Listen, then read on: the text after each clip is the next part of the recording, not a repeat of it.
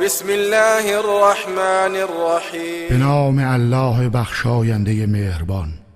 اذا الشمس كورت هنگامی که خورشید در هم پیچیده شود و اذا النجوم انکدرت و هنگامی که ستارگان بینور شوند و اذا الجبال سیرت و هنگامی که کوه ها به حرکت درآیند و اذا العشار عطلت و هنگامی که ماده شتران باردار رها شوند و اذا الوحوش حشرت و هنگامی که جانوران وحشی گرد آورده شوند و اذا البحار سجرت و هنگامی که دریاها جوشان و برافروخته شوند و اذا النفوس زوجت و هنگامی که روح ها با تنها قرین شوند و اذا الموءودة سئلت و هنگامی که از دختر زنده به گور شده پرسیده شود بأي ذنب قتلت به کدامین گناه کشته شدند و اذا الصحف نشرت و هنگامی که نامه های اعمال گشوده شوند و اذا السماء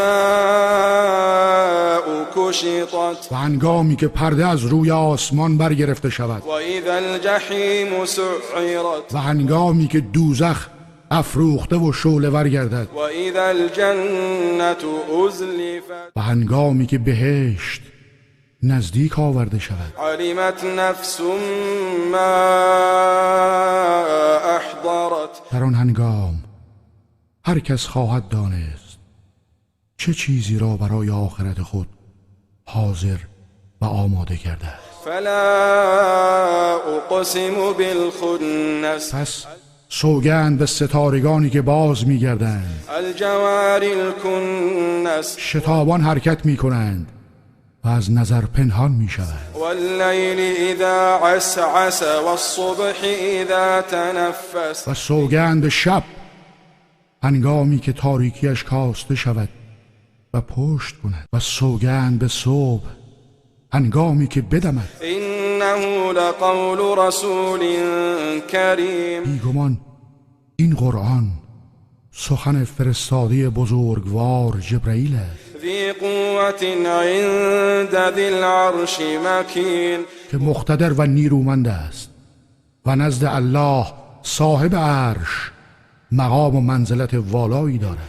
مطاع ثم امین در آسمان ها مورد اطاعت فرشتگان و امین وحی است. و ما صاحبكم بمجنون و ای مردم، همنشین شما محمد صلی الله علیه و سلم دیوانه نیست ولقد رآه بالافق المبین و به راستی او جبرئیل را در افق روشن دیده است و ما هو علی الغیب بضنین و او بر آنچه از طریق غیب به او وحی شده بخیل نیست. و ما هو بقول شیطان رجیم و این قرآن گفته شیطان رانده شده نیست. فأین تذهبون ان هو الا ذکر للعالمین پس به کجا می روید؟